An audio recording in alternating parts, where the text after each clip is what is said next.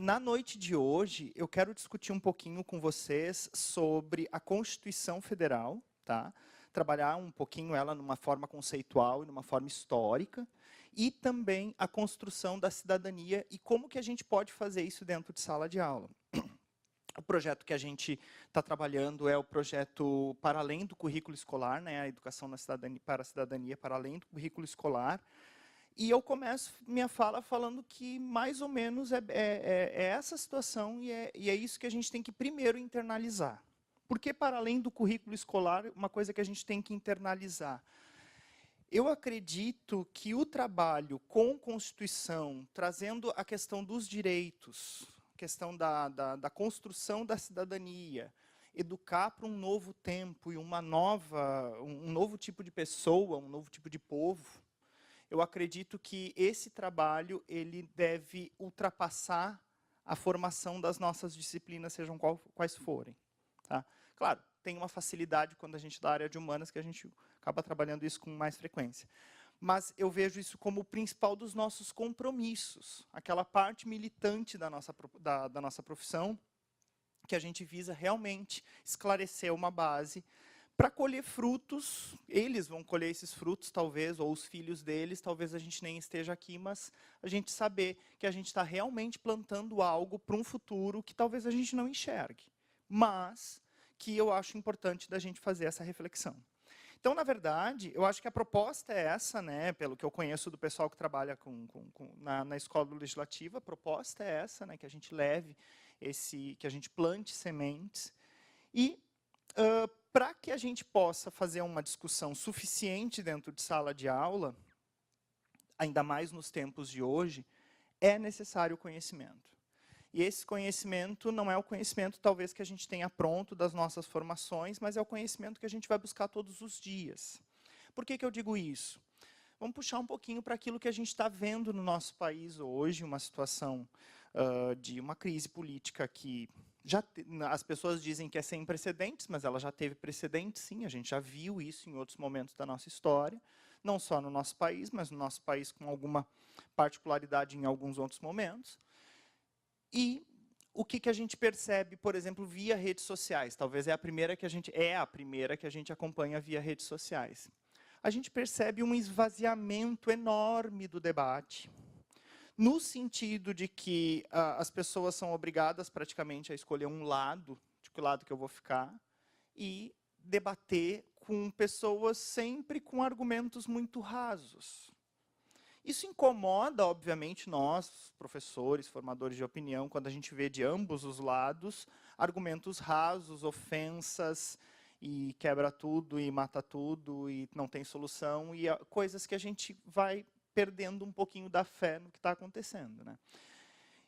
E eu acredito que a melhor forma da gente contribuir para esse debate é fazendo com que as pessoas que nos ouvem todos os dias consigam entrar nesse debate com um pouco mais de propriedade. Nós também. A gente precisa também ter um pouco mais de propriedade para entrar no debate. E eu vejo a Constituição como algo central. Mesmo que ela, de repente, possa, num futuro próximo, ser alterada, esperamos que por uma Assembleia Constituinte formada popularmente por representantes da sociedade, esperamos que seja assim.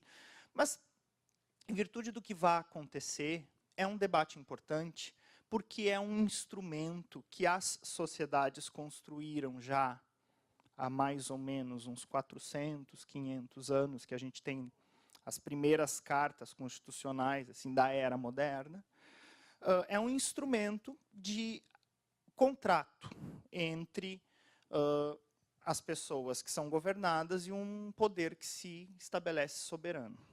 Então, para que a gente possa entender essa questão da Constituição como contrato, a gente tem que internalizar isso, entendendo que esse contrato que é feito entre uma sociedade e o seu Estado, o seu conjunto de instituições que popularmente a gente chama governo, mas Estado, por ser mais amplo,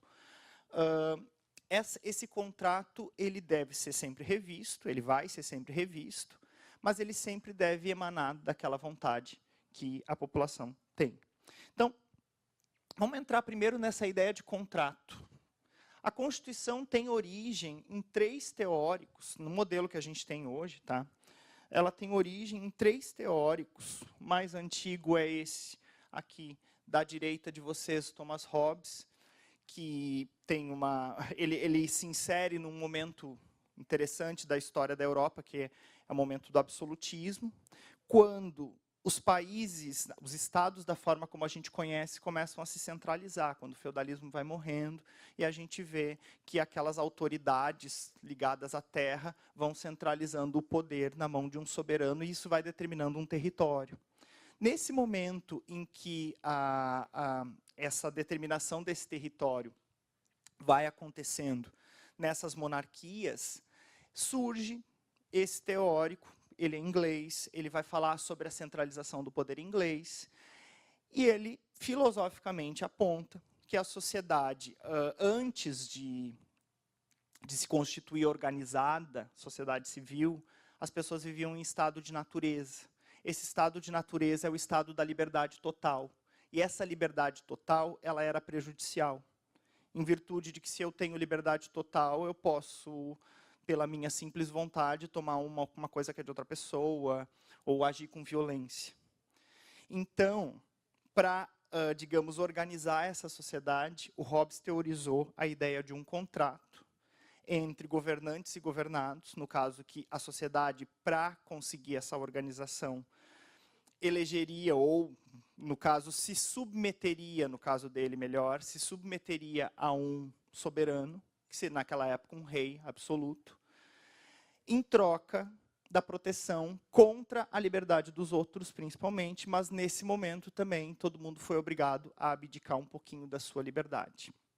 Só que o Hobbes, ele teorizou sobre um Estado soberano e uma população passiva, e que esse Estado deveria ser forte, que esse Estado deveria não ser questionado. A autoridade desse rei, depois, por outros teóricos, vai ser justificada como uma vontade divina, mas a grande novidade que o Thomas Hobbes trouxe para a história foi a ideia de que essa restrição de liberdade se dá a partir de um contrato entre os governados e o soberano.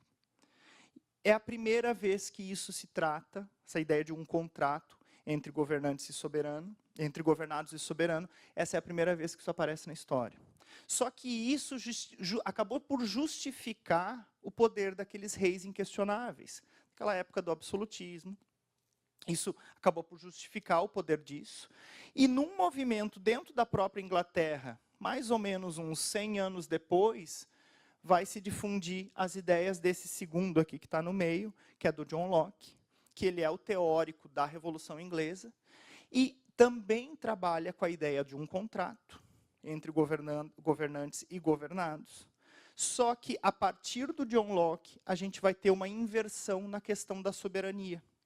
Por exemplo, enquanto Thomas Hobbes falava que a soberania emanava do soberano para o povo, o John Locke vai dizer que o povo tem o direito de se revoltar contra todo governo tirânico. Então, se o povo considera o seu governo tirânico, ele pode destituir esse governante ou esses governantes e elaborar, trazer uma nova realidade e reelaborar o contrato. Então, o John Locke, na verdade, ele já entra como um dos teóricos pré-iluministas, né? Ele já começa, um primeiro liberal, no sentido de liberalismo político. Ele já entra como um dos primeiros iluministas e ele vai inspirar a Revolução Inglesa, que vai acabar por destituir o poder do monarca absolutista lá em 1688, na Inglaterra. Mais tarde, na França, nós vamos ter o terceiro dos teóricos contratualistas, que é o Jean-Jacques Rousseau. Esse, sim, um teórico iluminista. Dentre os teóricos iluministas, ele é o mais avançado no seguinte sentido: ele é o mais progressista, é o que conseguiu, na época, incluir o maior número de pessoas na participação política, ao contrário de outros teóricos, como, por exemplo, o Barão de Montesquieu. O Barão de Montesquieu era um monarquista. Ele nos trouxe, a contribuição do Barão de Montesquieu é a divisão dos poderes. É colocar que o poder do Estado deve ser separado em 3 partes, executivo, legislativo, judiciário. Isso já vem também lá desde Aristóteles, né, na Grécia Antiga. Só que o Montesquieu vai afirmar que eles devem ter pessoas diferentes e que eles devem ser complementares e não se sobrepor. Essa ideia é interessante, porque naquela época, quando o Barão de Montesquieu viveu, a realidade dos governos era que o rei, o soberano, era o senhor do executivo, o senhor do legislativo e o senhor do judiciário, quando não da igreja.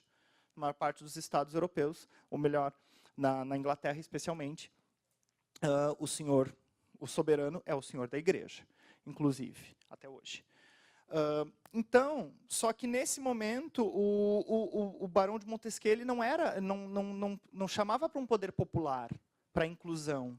Se fala muito naquela época no sufrágio censitário, no voto censitário, ou seja, no voto que é determinado pela renda, pelo gênero. Então, e o Rousseau não. O Rousseau vai entrar, é o único desses teóricos que vai entrar com a ideia de sufrágio universal, ou seja, do voto para todos.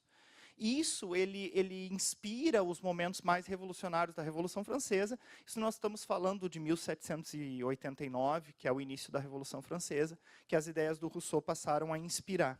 Mas o que os três têm de comum? Os três têm de comum o fato de que eles são contratualistas, ou seja, que eles acreditam na necessidade do estabelecimento de um contrato entre governantes e governados. Boa noite. E também, a partir aqui do Locke e do Rousseau, a gente observa uma coisa diferentemente do Thomas Hobbes. A noção de soberania. A noção de soberania, para esses dois teóricos, o Locke e o Rousseau, ela está na população. E o Estado serve. Para o Thomas Hobbes, que é anterior, também ele é 100, do Rousseau ele está separado por mais ou menos uns 150, 200 anos. Mas para o Thomas Hobbes, não. É o Estado forte e a população obediente. Só que o Locke e o Rousseau eles vão inaugurar, digamos assim, junto com outros teóricos, mas eles vão inaugurar a era que a gente vive. A gente sabe que nós ainda, a nossa sociedade, por mais que essa crise política, institucional, que a gente vê no nosso país, ela não é exclusiva do nosso país. Se vocês acompanharem as movimentações pelo mundo, a gente sabe que os estados estão sendo questionados em diferentes partes do mundo. Então, por mais que esse momento que a gente vive talvez esteja encerrando um grande ciclo na história, é bom a gente pontuar que esse momento da história, ele nasceu lá pelos 1700 e pouco, 1800. Tá? E casualmente, o que a gente tem? Estados que são representativos. Representativos não são democracias diretas, ou seja, ninguém pergunta nada para vocês, a não ser em quem vocês votam. Tá? Por mais que talvez a internet possa nos trazer uma série de ferramentas de consulta popular, isso não é explorado. Eu lembro que no ano passado a ex-presidente Dilma até tentou colocar alguma coisa no sentido de consulta popular e o Congresso rechaçou. O Congresso disse que não. E engavetaram, obviamente, que não se quer talvez ouvir a população, porque a tendência é justamente essa questão representativa. Eu voto nela, ela vai lá e ela decide por mim. E ela não me presta contas. Ela só me presta contas no final do mandato, quando ela quer o meu voto de novo. Aí ela me presta contas. Aí ela vem me dizer, olha só, então, pois é. Vai para a TV, vai falar um monte de coisa. Só que o que a gente tem? Esse modelo, iniciado lá nos 1700 e pouco, 1800, hoje ele está em crise. E como professor de Relações Internacionais, eu digo para vocês, não é aqui, não é só aqui. Nós estamos num momento delicado da história da humanidade. Nosso papel nesse momento é crucial. Tá? Mesmo que a gente trabalhe, mas eu trabalho numa escola que é lá, bem lá longe, numa comunidade de pescadores aqui da ilha e que tem diferença, sim. Porque o que acontece? A sociedade está cada vez mais integrada, as pessoas falam, as pessoas se posicionam. O aluno quer debater. Eu sou professor de sala de aula também, a criança, o adolescente, ele quer debater, ele te pergunta, ele vê na TV, ele quer saber. E a nossa posição é sempre muito importante. Já saiu pesquisa dizendo que depois da família, a pessoa que mais influencia a criança é o professor. Então, nosso papel nesse sentido é importante. Por isso a gente conhece, estuda, se interessa, busca e traz para o seu cotidiano escolar, tá? Para além do seu currículo. Tá? sempre pensando no link que eu posso fazer das minhas aulas com esse assunto da participação política, com esse assunto do debate que a sociedade necessariamente tem que fazer.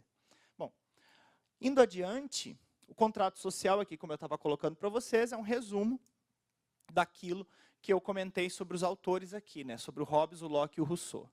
Enquanto o Hobbes absolutista, o Locke liberal, o Rousseau democrata. Aquela ideia que norteia o pensamento do Hobbes é que o homem é mau e egoísta, por isso que a gente precisa desse controle ferrenho em cima. No caso do Locke, o homem é bom e só faz a guerra para defender a própria propriedade. O Locke, então, portanto, é um liberal porque ele acredita na existência da propriedade privada. Enquanto que o Rousseau, ele acha que a propriedade privada é a fonte de todos os males, né? Então ele vai dizer que o homem é bom, mas ele é corrompido pela ideia de propriedade.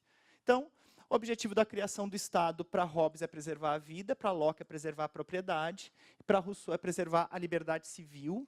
Delegação de poder para Hobbes é imposta, para Locke é espontânea e para Rousseau também é espontânea. No caso, colocando a soberania para o povo. No nosso país, o que nós temos? A nossa Constituição, o nosso contrato, o nosso primeiro contrato, foi estabelecido na ocasião da nossa independência. Mas ali já começou meio torto.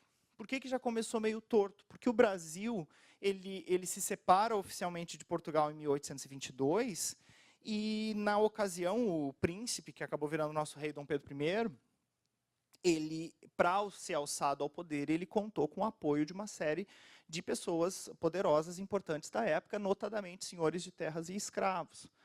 E na hora que esses senhores de terras e escravos foram sentar com o imperador para discutir o nosso primeiro contrato, que seria a nossa primeira Constituição, o imperador mandou fechar a Assembleia, escreveu ele e pessoas ligadas a ele uma Constituição que ele quis e foi a que ficou, que é a Constituição de 1824. Então, naquela época, nós vivíamos num regime monárquico, né? Ou seja, ele teria os seus herdeiros diretos assumindo, e também ela era representativa. Só que representativa, o que acontecia? Para votar e ser votado, tinha que ser homem, tinha que ser branco, tinha que ter renda, e essa determinada renda, o fato de ser branco, o fato de ser homem, e acima de 21, sobrava 3 pessoas, talvez, para votar. Então, o que acontece? Nesse sentido, a participação ela era muito pequena. E a gente tem que lembrar da história do nosso país e perceber que os momentos de participação política eles são muito pequenos, historicamente falando. Então, quando a gente pensa assim, ó, mas um período autoritário não vai voltar, isso é coisa do passado. Não, não é que é coisa do passado, do presente. Algo que a gente tem que já destituir sobre a nossa visão de presente é que ele não necessariamente é melhor que outros tempos. Isso a história nos prova. Não é porque nós estamos hoje que o que passou é pior e o que vem é melhor. Não é assim. A história não se prova assim. Então, a gente tem que saber ler a história para poder projetar, olha, para onde é que a gente está indo, o que está acontecendo com a nossa sociedade.